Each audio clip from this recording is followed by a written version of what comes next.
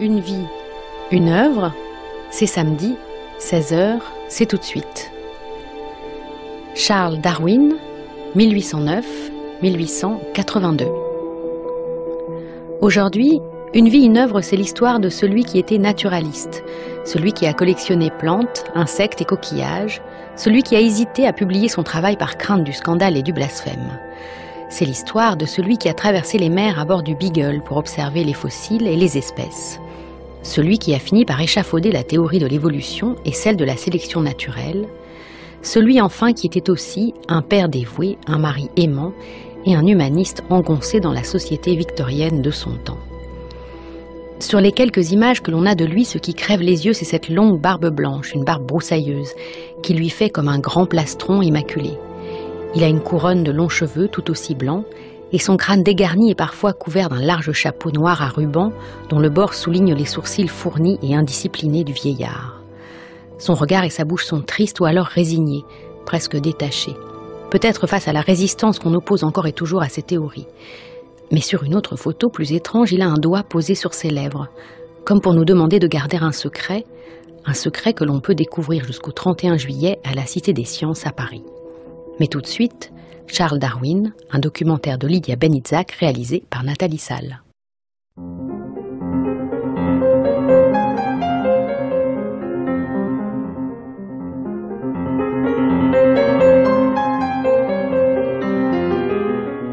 Je pense qu'il y a une chose qui est importante, c'est l'impact qu'a eu l'origine des espèces d'un point de vue culturel. Il n'existe, je crois, qu'un seul livre qui ait été davantage traduit et lu que l'origine des espèces, c'est la Bible. Mais un ouvrage qui a fait l'objet de caricatures, de toutes sortes, des caricatures qui étaient d'ailleurs assez justes quant à la théorie. C'est très très rare dans les sciences qu'on fasse des caricatures sur des hommes de science. Il y en a eu un petit peu sur Einstein et la bombe atomique, mais Darwin, il y en a eu des centaines des caricatures. Et dans ces caricatures, même si bien souvent la question de la religion était en cause, les dessinateurs ont en général bien capté quelque chose d'essentiel dans la théorie.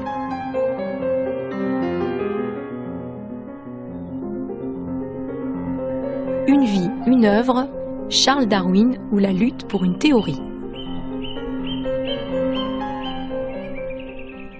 D'après ce que j'ai vu, je crois que les merveilleuses descriptions de Humboldt sont sans égal et le seront toujours.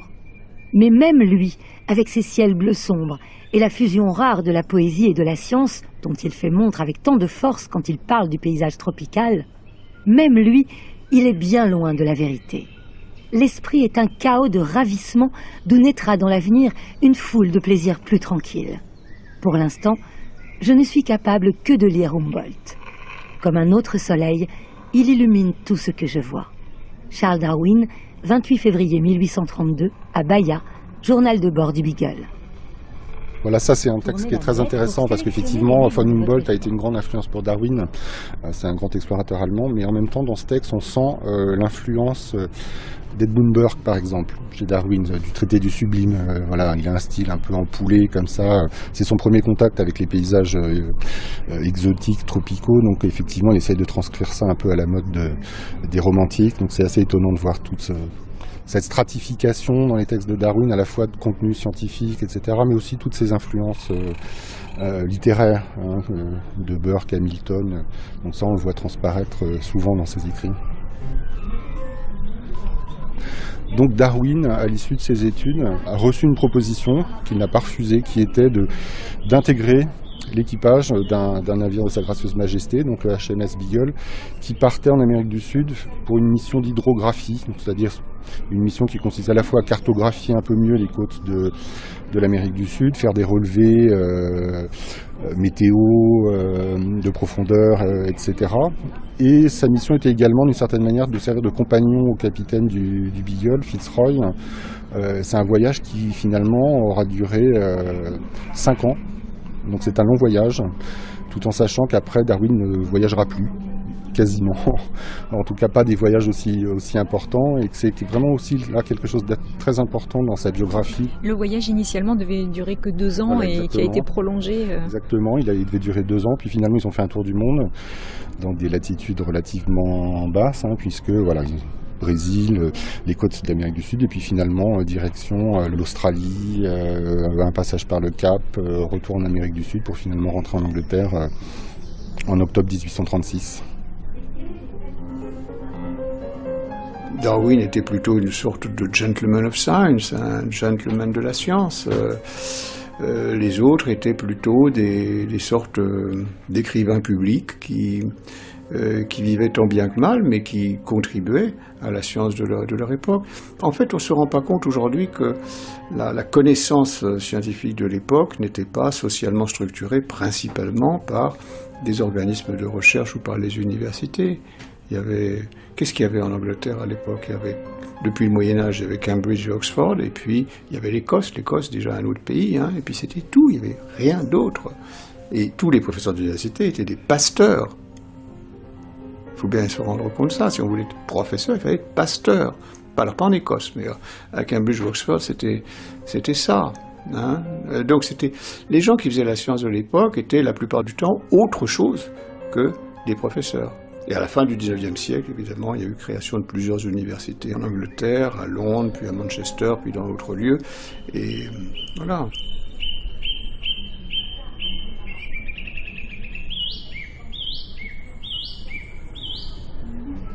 « 16 avril 1834, Darwin nous dit dans son journal, donc 16 avril, on a échoué le navire et découvert que sur plusieurs pieds, sa fausse quille avait été arrachée.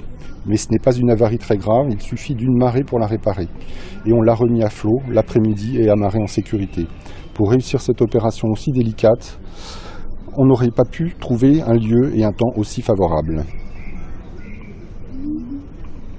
Hobart en Tasmanie, 5 février 1836. Donc le 5 février, après une traversée de 6 jours dont la première partie fut bonne et la dernière froide avec des bourrasques, nous avons pénétré dans la baie des tempêtes.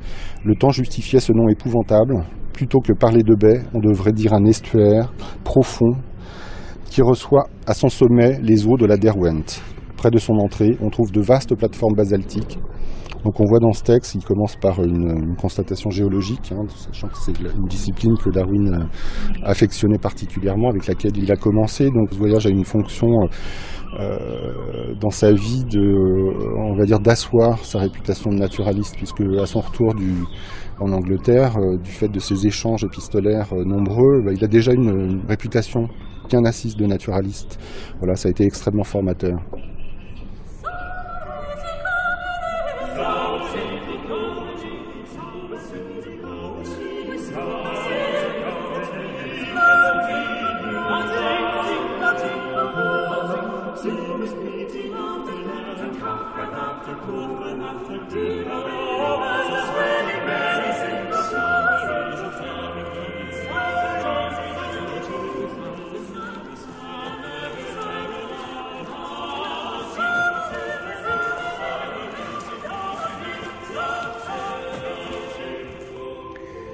This is Down House. It has 3 floors, a huge front door, an annex on one side. This is a family house. Charles Darwin's father bought it for him. It cost about £2,000. And in September 1842, Charles and his wife Emma and their 2 babies moved into this house. And within a couple of weeks, Emma had her 3rd child. Eventually, this house saw 10 children. It was a house built for a big family, and Darwin knew that he would be reproductively successful. Nous sommes à Down House, maison de 3 étages comportant une immense porte d'entrée et une dépendance sur le côté, demeure familiale par excellence. Le père de Charles Darwin l'avait acheté pour son fils moyennant environ 2000 livres. En septembre 1842, Charles, son épouse Emma et leurs 2 bébés emménagent. 15 jours plus tard, Emma donne naissance au 3e enfant. Il y aura 10 enfants sous ce toit. C'est une maison conçue pour une famille nombreuse. Darwin savait qu'il réussirait dans le domaine de la procréation. Ces carnets sont un des plus précieux trésors pour l'histoire des sciences.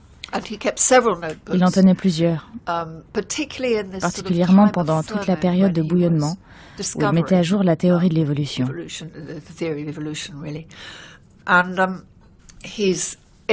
Dans un de ses carnets figure un tableau, sorte de bilan qui pèse le pour et le contre du mariage. On y voit transparaître son sens de l'humour. Il fait souvent de l'autodérision. Cet humour, il le partage avec Emma, et leur relation parfois houleuse fut souvent sauvée par cet humour.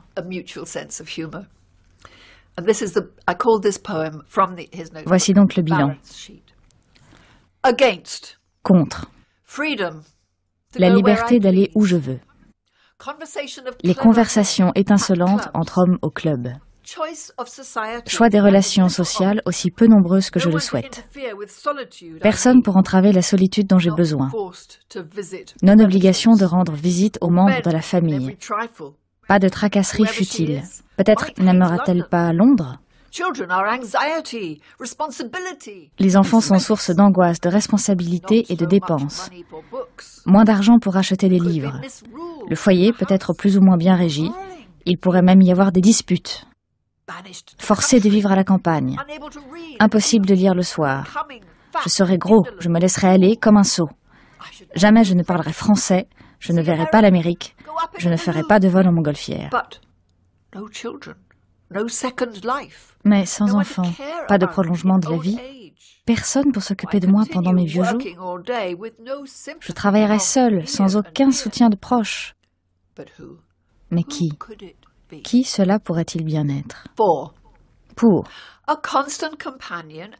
une compagne, toujours à mes côtés, une amie avec qui je vieillirai, objet d'amour, de jeu, mieux qu'un chien, des enfants, si Dieu le veut, un foyer et quelqu'un pour s'en occuper, des conversations féminines, c'est bon pour la santé, le charme de la musique, qui sait, quelle perte de temps. Imaginez quelle serait ma vie si je travaillais sans cesse seule dans la fumée et la noirceur à Londres.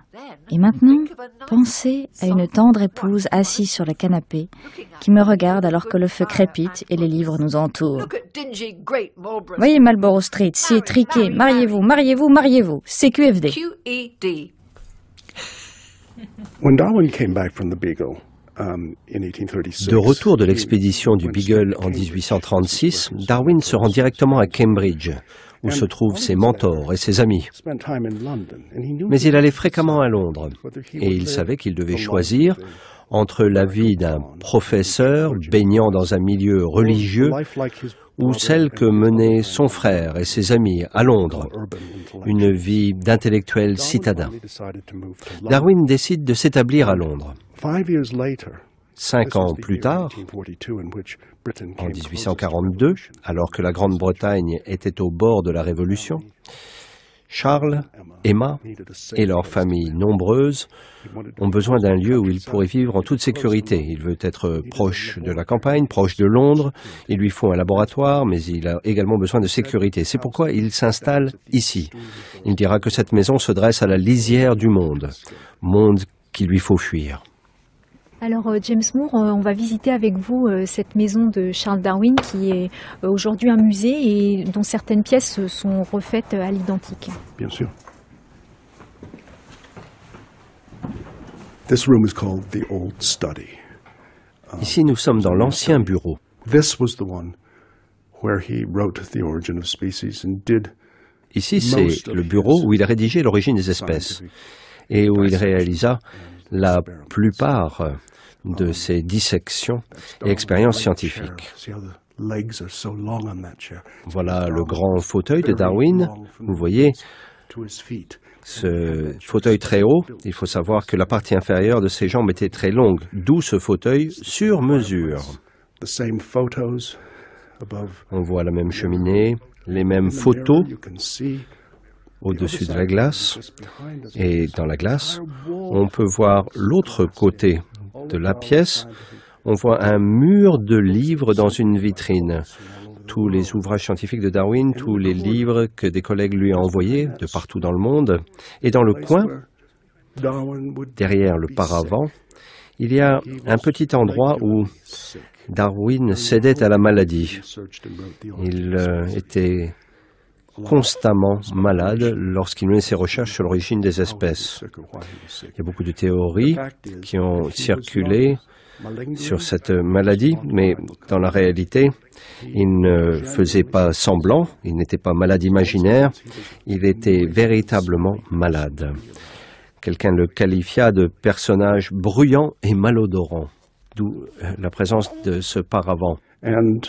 Lorsqu'il mit fin à ses travaux théoriques, lors des 10 dernières années de sa vie, il se mit à aller mieux. Personnellement, je pense qu'il était malade parce qu'il était déchiré par son travail. Il était incapable de vivre ce grand écart entre l'homme qu'il pensait être, ce grand scientifique respectable, et l'image qu'il craignait renvoyer. Le pire moment de maladie pour Darwin, c'était lors de sa dépression nerveuse. Cela a duré pendant des mois, il était incapable de travailler, il était constamment malade dans le coin que je viens de vous montrer. Je crois que c'était parce qu'il s'est rendu compte, après la publication de l'origine des espèces, que ce devoir d'expliquer l'origine des espèces, le point de départ de la nature humaine, lui incomberait à lui seul. C'était à lui d'expliquer tout cela. C'était à lui d'expliquer l'origine des races, la différence des sexes. Et tout cela, il l'a expliqué dans la filiation de l'homme. Il était un peu perfectionniste et il voulait vraiment prouver sa théorie comme une démonstration mathématique. Il était obsessionnel. Il ne pouvait pas laisser un travail inachevé.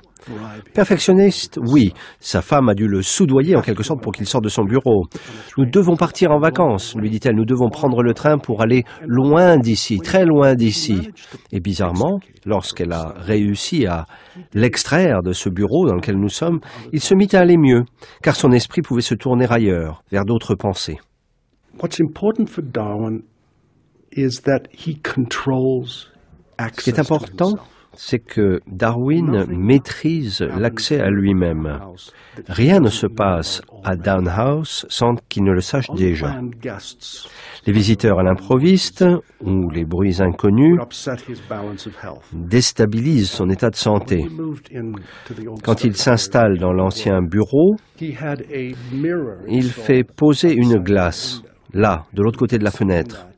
Ainsi, tout en étant assis dans ce grand fauteuil, il pouvait voir dans cette glace, comme dans un rétroviseur, il pouvait voir les gens arriver chez lui. Il n'aimait pas les surprises. Il ne vivait pas en ermite.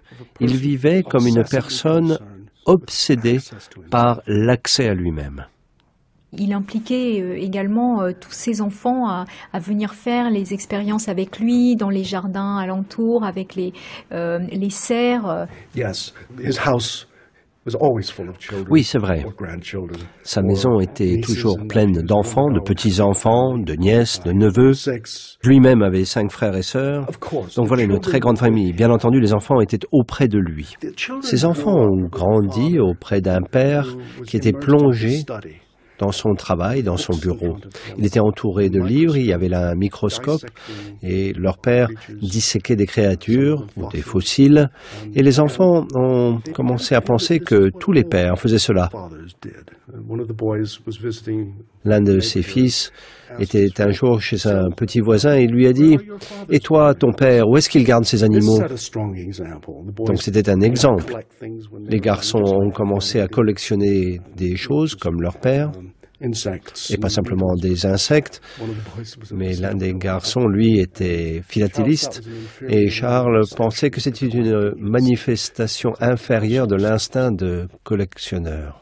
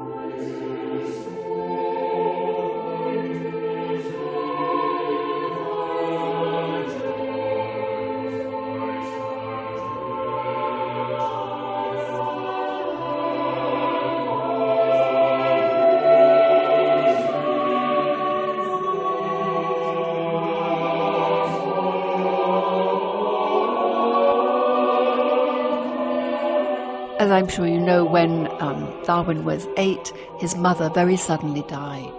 Quand Darwin avait 8 ans, sa mère est morte subitement.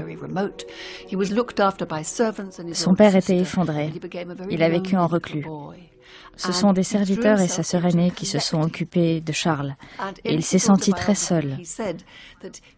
Et dans son autobiographie, il explique qu'il était passionné de collection. Il était un petit peu comme un miséreux, comme un virtuose, quelqu'un qu'on pourrait appeler un train spotter aujourd'hui.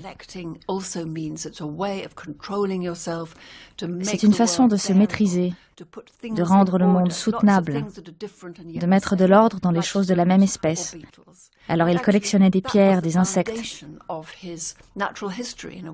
C'est ainsi qu'il s'est intéressé à l'histoire naturelle. Et Wallace, qui lui aussi a découvert l'évolution, était également passionné par la vie des insectes de la même espèce, et pourtant très différents. Ce qui fascinait le petit garçon. Ma grand-mère était la petite-fille de Darwin. Elle s'appelait Lady Nora Barlow et son nom de jeune fille était Darwin, bien sûr. C'est la première personne qui a rassemblé ses papiers systématiquement. Elle a donné toutes ses archives à la bibliothèque universitaire de Cambridge. Elle a publié son autobiographie et son journal de bord qui relate le voyage du Beagle. Je me suis occupée d'elle lorsqu'elle était âgée. Elle m'a parlé beaucoup de Charles Darwin. Elle m'a parlé des difficultés qu'il avait avec son épouse, à mesure que ses recherches la menaient à comprendre de mieux en mieux l'évolution. Et son épouse Emma était une fervente chrétienne très pratiquante. Darwin, chez lui, à Down, avait une propriété quand même conséquente, un jardin, un parc extrêmement important dans lequel il passait beaucoup de temps, il allait se promener, etc. Mais en même temps, c'était un lieu d'expérimentation. Et il a mené beaucoup d'expérimentations sur le végétal et ça a donné lieu à des publications extrêmement importantes qui sont beaucoup moins connues, puisque Darwin a écrit sur les orchidées, sur la fécondation croisée des plantes, sur les plantes carnivores, sur le mouvement des plantes.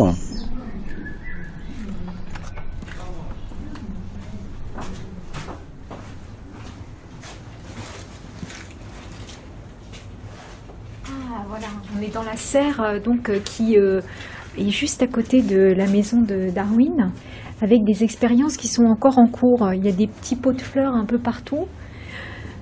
Ah oui, c'est magnifique. Des orchidées, des plantes carnivores. C'est une vraie serre, il fait bien chaud et humide. Alors on est avec Rowan Blake, qui est le jardinier finalement qui s'occupe un peu de maintenir toutes ces plantes. On se trouve dans la partie la plus ancienne de la serre. Aujourd'hui, il ne reste que 3 parties sur les 5 existants du temps de Darwin. Les 2 dernières ont été retirées par la famille après sa mort. Ici, on voit des orchidées sur des étagères en bois, sur différents niveaux. Il y a des plantes carnivores aussi dans la partie centrale.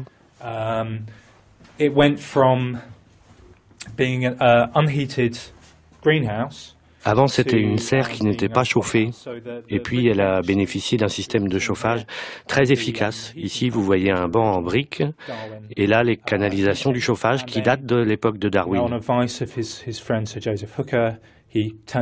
Sur les conseils de Sir Joseph Hooker, il l'a transformé en serre chauffée pour travailler sur ses plantes. Lorsqu'il a installé le chauffage, Hooker lui a offert plusieurs centaines de plantes. C'était un cadeau merveilleux pour Darwin que de pouvoir travailler avec ces plantes. Ici, vers le centre, on voit des plantes qu'il aurait pu voir pendant son voyage à bord du Beagle. Il y a différentes espèces de plantes carnivores. Et on voit des orchidées, certaines qui pendent des paniers, des népenthès,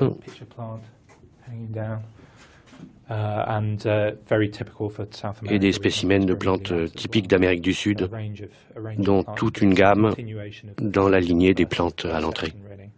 Darwin, en fait, était marié avec sa cousine Germaine et donc il était assez inquiet des questions de consanguinité. Il a 3 de ses enfants qui sont morts sans trop d'explications et il a beaucoup travaillé sur la consanguinité pour prouver que les plantes se pollinisaient avec des individus différents.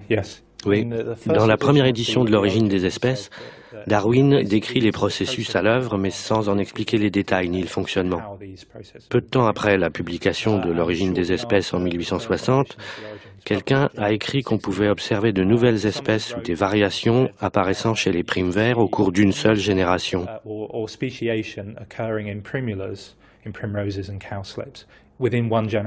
Darwin savait que ça n'était pas aussi rapide et il a lancé des séries d'expériences pour comprendre comment cela fonctionnait véritablement. Par la suite, il a découvert le mécanisme selon lequel des populations de primevères peuvent s'hybrider avec une autre espèce en contrôlant la pollinisation. Il a constaté que les plantes autofécondées avaient des fruits plus petits et des graines plus légères et que les plantes hybridées avaient des fruits plus gros et des graines plus lourdes. Il a inventé des systèmes de reproduction de formes différentes d'une même espèce, avec ou sans consanguinité. Il a tenté de les croiser notamment avec du lin. Ensuite, il a mené de nombreuses expériences sur la consanguinité avec de nombreuses autres espèces pour pouvoir témoigner de la vigueur ou de la faiblesse des plantes selon les cas. Et si on continue à mener la consanguinité génération après génération, si les plantes s'autofécondent, elles finissent par péricliter. Et cela le préoccupait fort, car ça l'amenait à se poser des questions sur son mariage avec sa cousine. Quand on prend le livre « L'origine des espèces » par le moyen de la sélection naturelle, le livre de 1859, on constate que le sous-titre du livre, c'est ouvrez les guillemets, ou la préservation des races favorisées dans la lutte pour l'existence. Fermez les guillemets. Et c'est curieux que le sous-titre ne parle pas de changement, ne parle pas d'évolution, ne parle pas de transformation, il parle de préservation. Et ça, c'est frappant.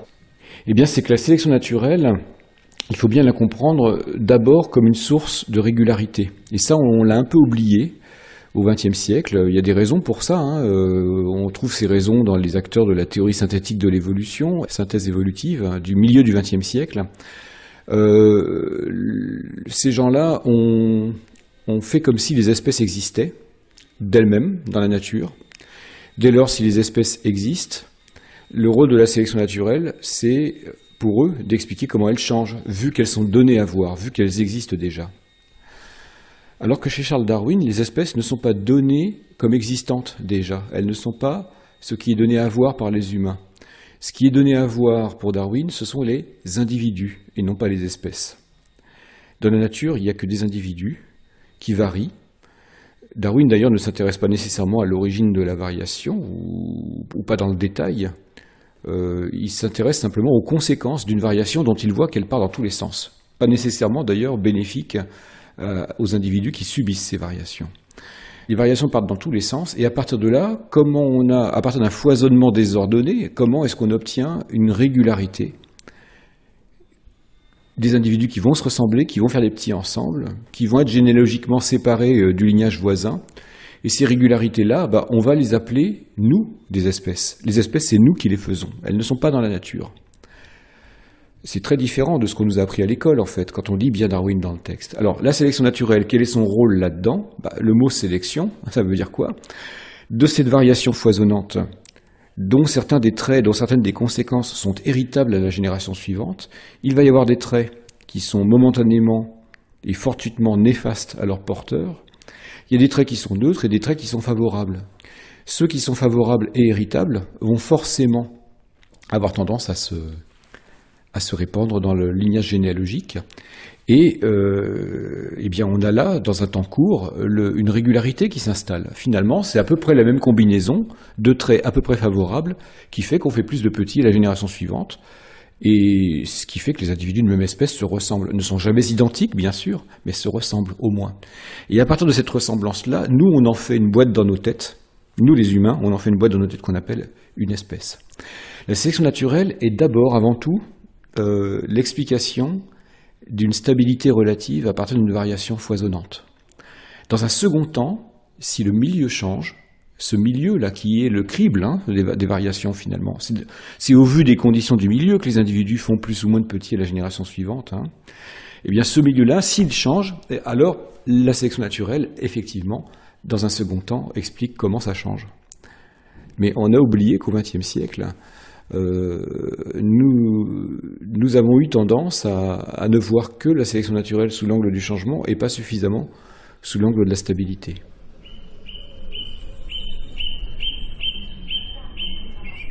Bien souvent, on parle d'évolution, on va utiliser un langage qui va être proche de celui de la parenté, de la famille. Donc on va se placer dans une échelle en termes de population et de durée qui est une échelle humaine. Or là, il faut vraiment abandonner tout ça pour rentrer réellement dans le sujet. Il faut passer à des échelles qui sont gigantesques, qui sont des échelles géologiques en termes de temps, qui sont des échelles de milliers, de centaines de millions d'individus sur lesquels agit la sélection naturelle et qui sont sur le fait que pour que ces phénomènes apparaissent, soient perceptibles, il faut des générations et des générations sur la plupart des individus, même si des phénomènes d'évolution sont perceptibles sur des individus à faible temps de génération. Il faut quand même se mettre dans cette idée que tous ces phénomènes sont très longs. Et ça a une importance capitale. On le verra sans doute tout à l'heure, même à l'époque de Darwin, la question de la durée est fondamentale. C'est-à-dire que Darwin, par la biologie, il découvre que l'histoire de la Terre est forcément plus ancienne que celle qu'on imaginait à son époque, à la fois côté religion ou la Terre assimilant, mais même du côté des scientifiques. Cet âge de la Terre, on essayait déjà de le calculer. Pour que sa théorie tienne, il fallait absolument que la Terre ait plusieurs millions d'années. Et donc que l'évolution du vivant s'est faite sur ces générations gigantesques, donc qui se comptent en millions d'années et parfois en millions de générations. On va continuer la visite.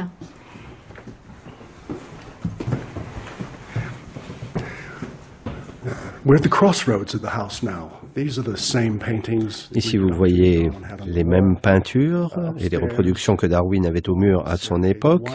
Ici, un escalier qui tourne autour du premier étage. On voit les chambres. Il y a une porte qui donne sur le jardin, ici, à droite. Et en contrebas, ici, dans ce placard, c'est vraiment l'endroit emblématique. Donc c'est un petit placard à côté de l'escalier. Ici, vous voyez le jeu de croquet. On joue au croquet sur la pelouse. Et ici, tout emballé.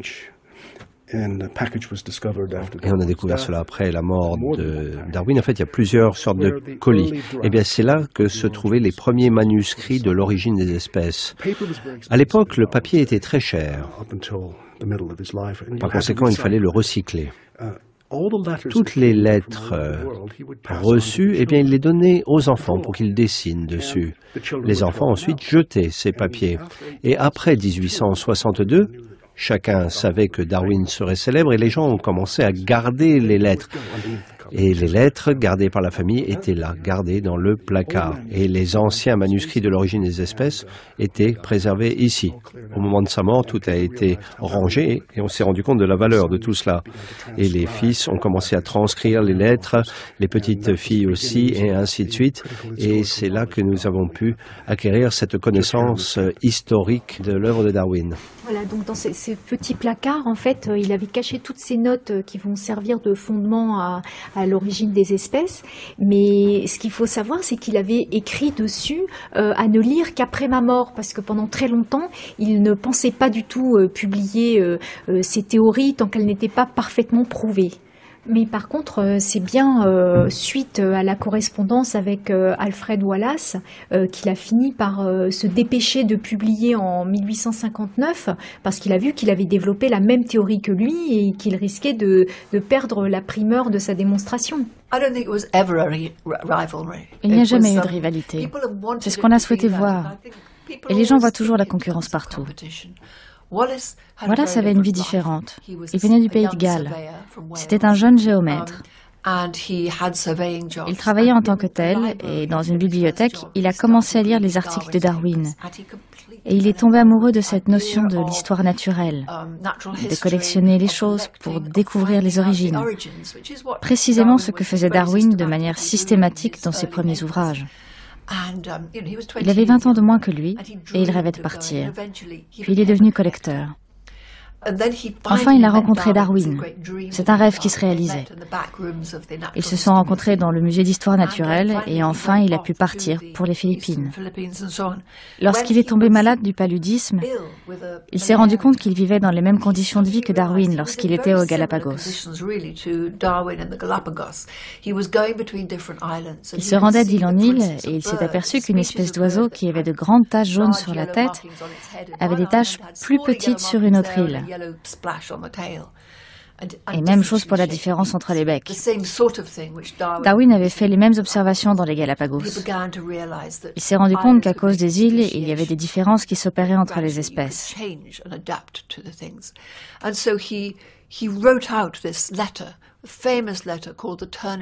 Ainsi, il a écrit une lettre très célèbre depuis l'île de Ternate.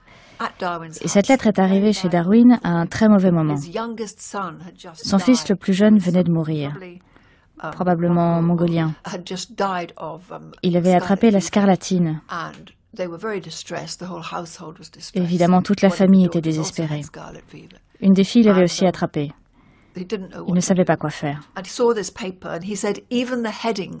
C'est alors qu'ils ont vu arriver cette lettre. Et Darwin a dit qu'il pourrait s'en servir comme introduction à sa théorie. La pensée de Wallace était très proche de celle de Darwin. This would have been this letter then. These are all his words, and I've just sort of sculpted them gently into a poem. This was written on the 25th of June in 1858. Voici la lettre telle qu'il a écrite à l'époque, que j'ai transformée en poème. Elle a été écrite le 25 juin 1858. I am very sorry to trouble you in so merely personal an affair. Je suis désolée de vous ennuyer avec cette affaire personnelle. Il n'y a rien dans la théorie de Wallace qui ne figure dans la théorie que j'ai élaborée en 1844. Je pourrais démontrer que je n'ai rien puisé dans son travail, je serais heureux de publier mes idées, mais je ne peux pas me convaincre que je puisse le faire de manière honorable. Je préférerais brûler l'ensemble de mon livre plutôt que l'on puisse penser que je me suis mal comporté. Je n'ai rien volé à sa doctrine. Je ne pourrais dire si une publication à l'heure actuelle ne serait pas avilissante.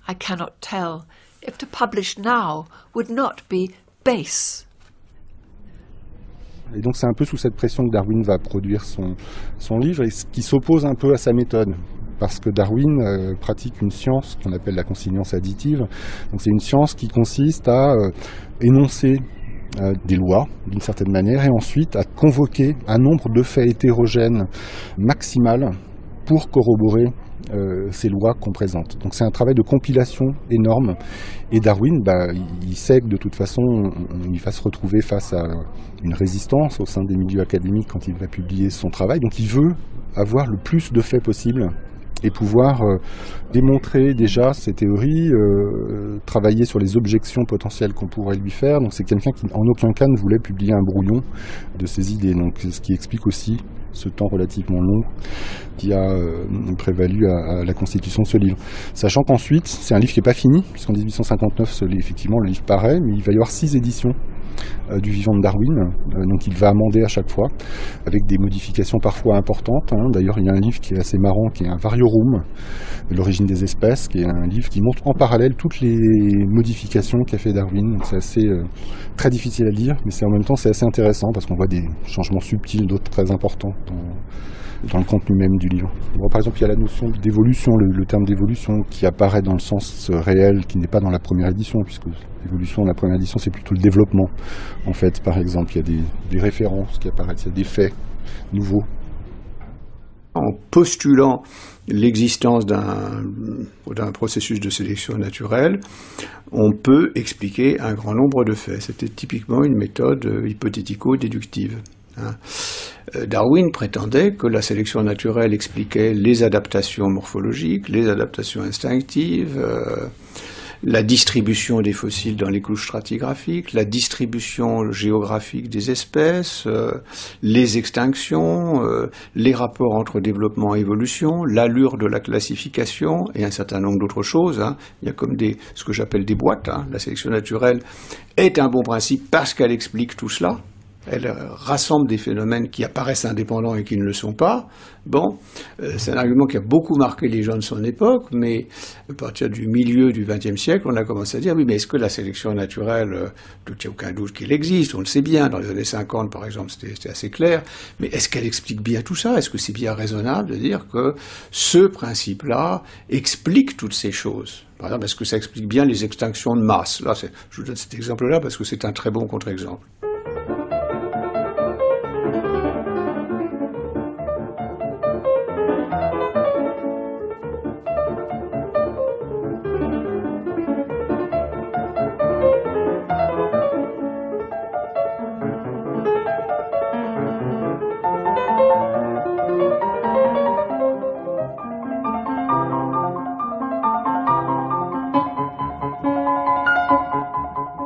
Le dernier livre de Darwin était entièrement consacré aux vers de terre et il a fait ici autour de sa maison des expériences très amusantes avec des cailloux. Il avait remarqué que des pierres à la surface des champs s'enfonçaient dans le sol. Il le savait parce que quand il a emménagé ici, il a placé des pierres afin d'améliorer la terre et le rendement de la récolte.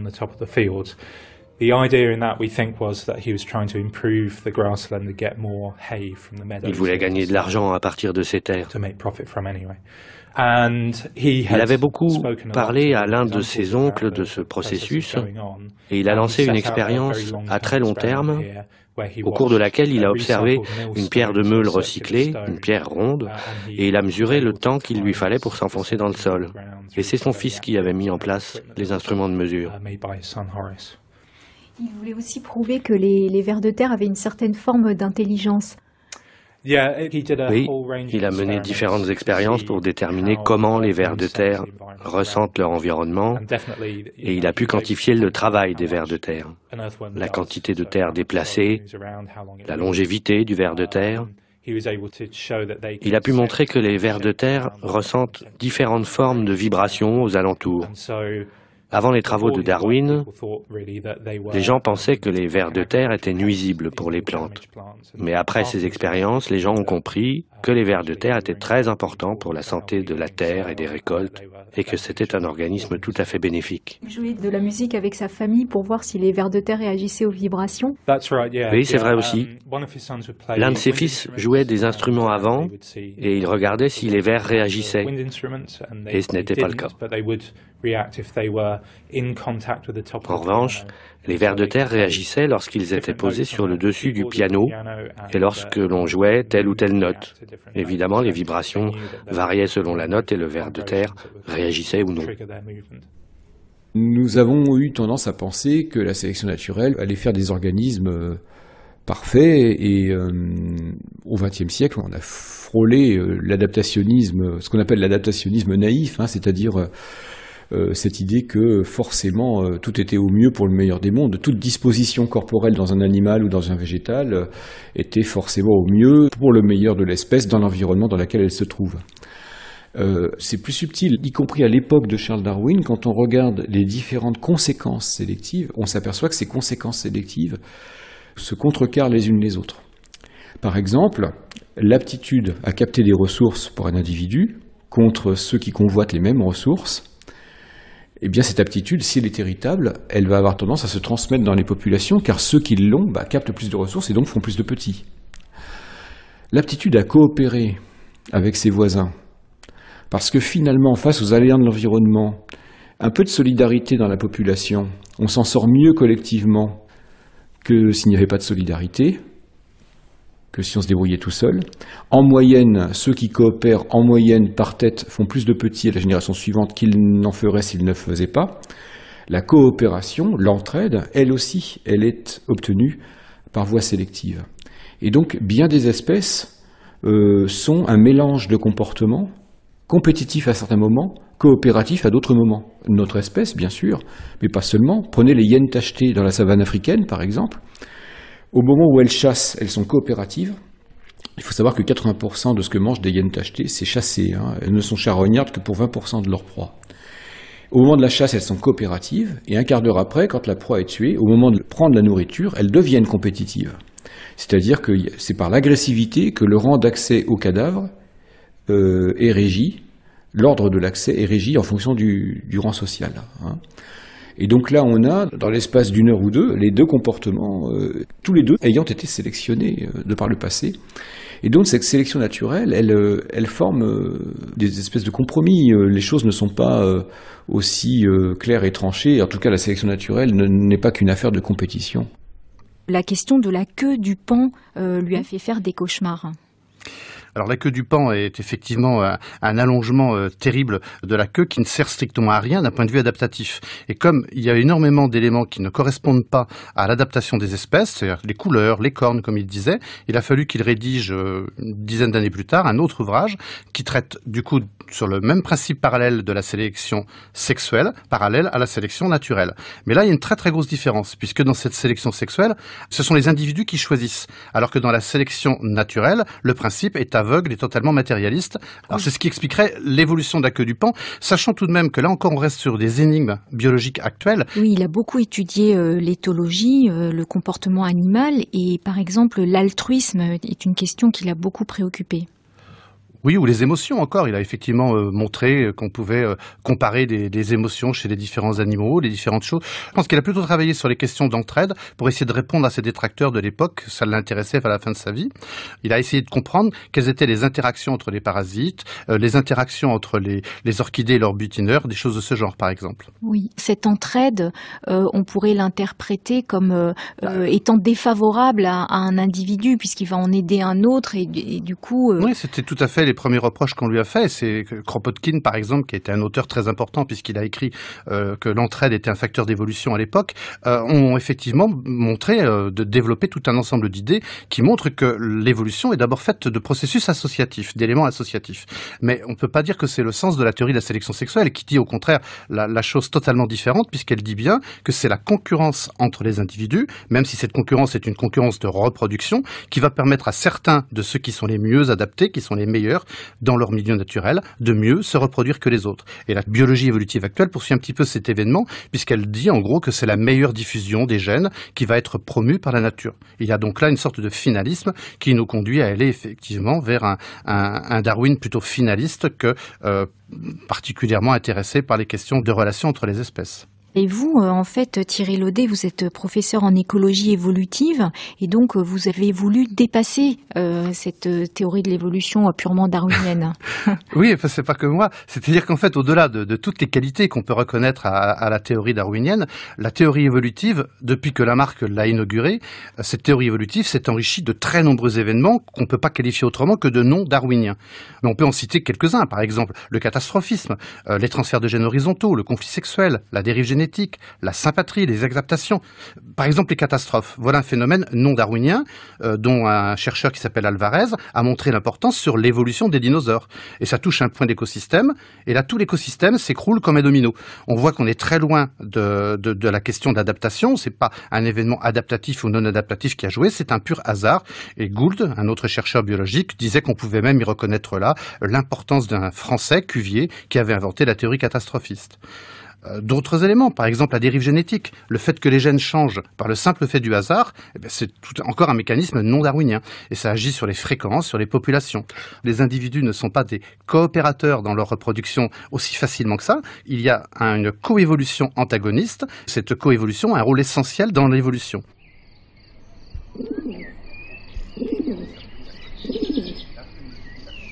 Pour sélectionner les pigeons qui culbutent au moins 3 fois, saisissez-les au vol.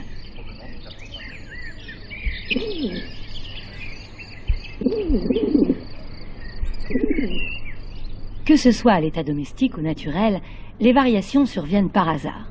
Les éleveurs n'ont aucune influence sur leur apparition. L'action des éleveurs consiste sur plusieurs générations à choisir comme reproducteurs les individus qui possèdent une ou des variations intéressantes. Ils forment ainsi de nouvelles variétés de pigeons.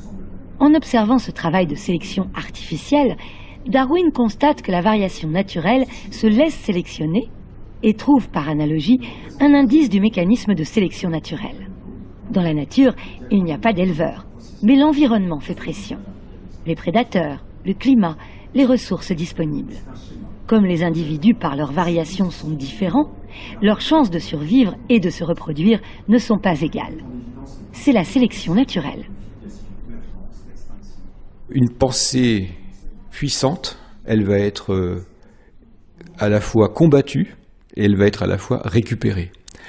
Et j'ai usage de dire qu'il y a le Darwin attendu en son temps. En son temps, Darwin, quand il sort le livre, écoutez, c'est un scoop pour personne, ce sont ses amis qui l'incitent à écrire son livre.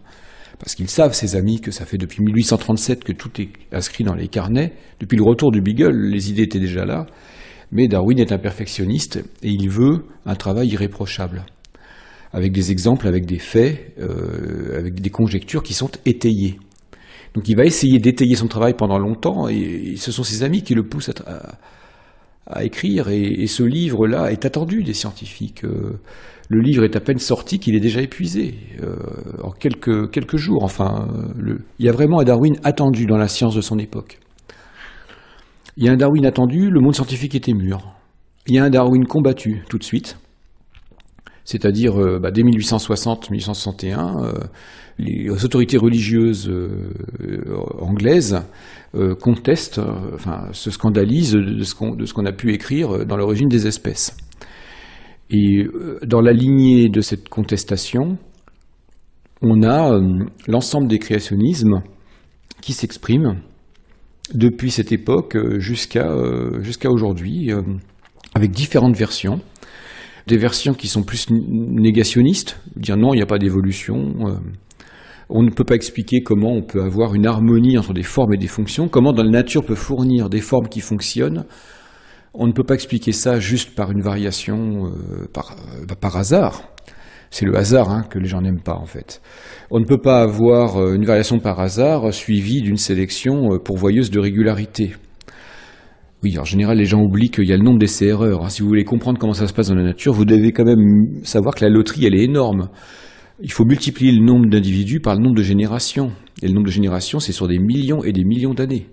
Donc le nombre d'essais-erreurs, il est tellement gigantesque que l'événement le plus improbable va forcément se produire. L'événement avantageux que nous considérons comme improbable, il va se produire en fait dans la population. Ruth Padel, vous écrivez beaucoup des parties justement très sensibles de son enfance et notamment sa rencontre avec son professeur en taxidermie à Édimbourg qui était John Edmonstone, qui était en fait un esclave affranchi de Guyane. Oui, c'était une époque importante dans la vie de Darwin. Il ne travaillait pas bien à l'école. Il voulait travailler dans le domaine de la science. Mais c'était le latin ou le grec qui l'ennuyait particulièrement. Donc son père l'a envoyé à Édimbourg, à l'école de médecine, où son père et son grand-père Erasmus Darwin étaient allés avant lui. Donc il allait devenir médecin, mais il ne supportait pas les conférences si ennuyeuses. Et c'était pénible, toute cette douleur. C'était à l'époque de la chirurgie, avant qu'il n'y ait du chloroforme. Il avait du mal à assister aux opérations, donc il a commencé à faire d'autres choses. Il est sorti en mer en bateau avec des pêcheurs pour observer la vie marine. Et là où il vivait, il y avait à proximité l'un des premiers Britanniques noirs. Il s'appelait John Edmonstone, qui était un esclave affranchi, né en Guyane et emmené dans la forêt, où il avait appris la taxidermie auprès du fils du propriétaire de la plantation, qu'il avait ensuite emmené en Écosse pour l'affranchir.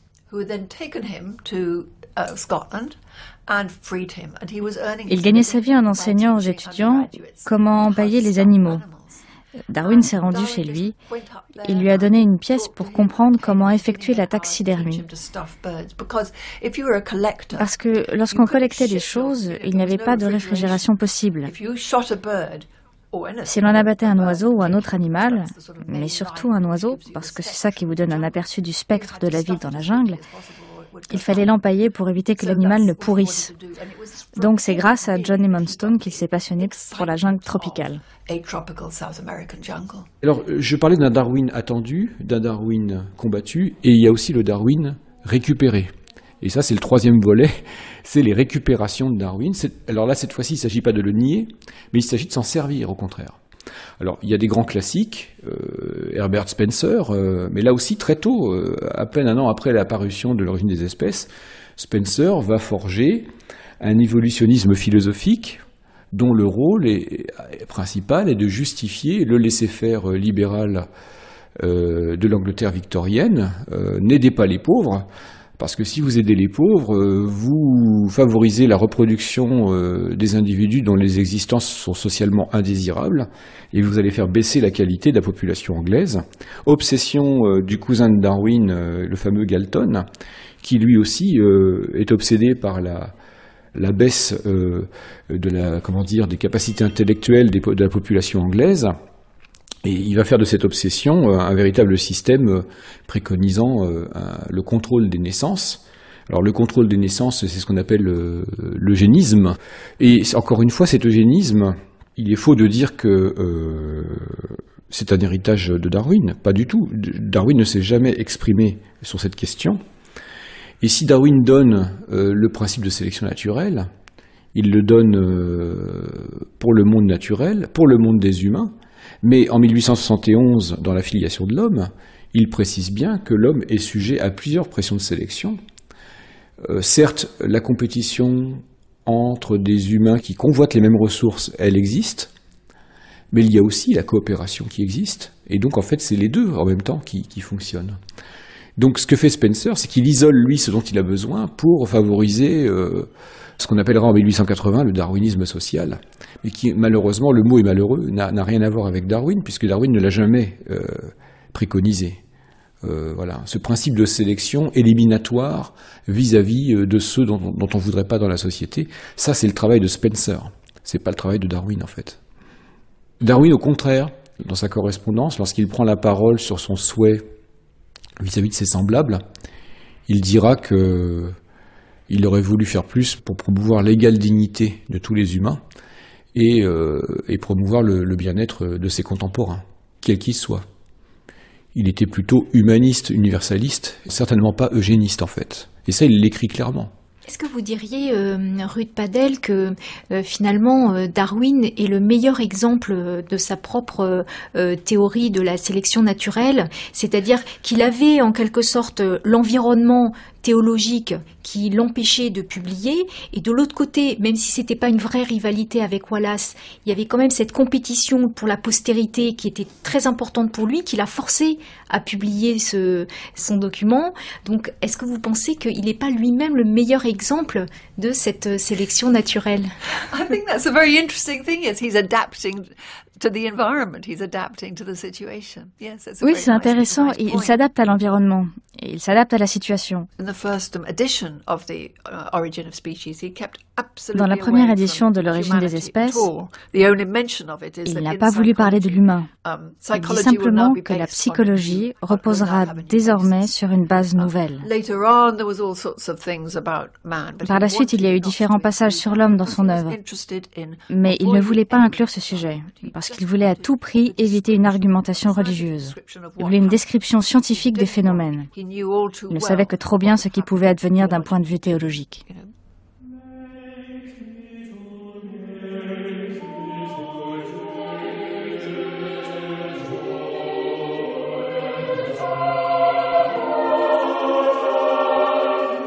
C'était Une vie, une œuvre, Charles Darwin ou la lutte pour une théorie, avec James Moore, biographe de Darwin, Rowan Blake, le jardinier de Downhouse, Ruth Padel, arrière-arrière-petite-fille de Darwin, Jean Gaillon, préfacier des Mondes darwiniens aux éditions matériologiques, Thierry Laudet, auteur du Manifeste pour une écologie évolutive, Darwin et après aux éditions d'Île Jacob, Guillaume Lecointre, auteur de Descendons-nous de Darwin aux éditions du Pommier, et Éric Lapie, co-commissaire de l'exposition Darwin l'original à la Cité des Sciences.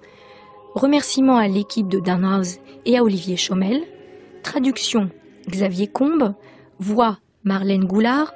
Prise de son Frédéric Héroux, Philippe Etienne, Nicolas Delmas.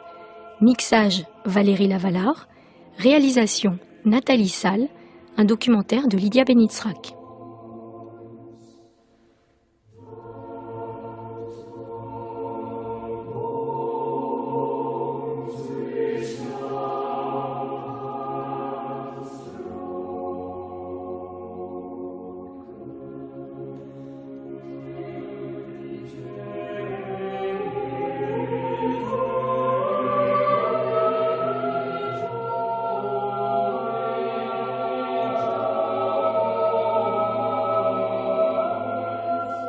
C'était Une vie, une œuvre, une émission proposée par Perrine Kervran avec Claire Poinsignon.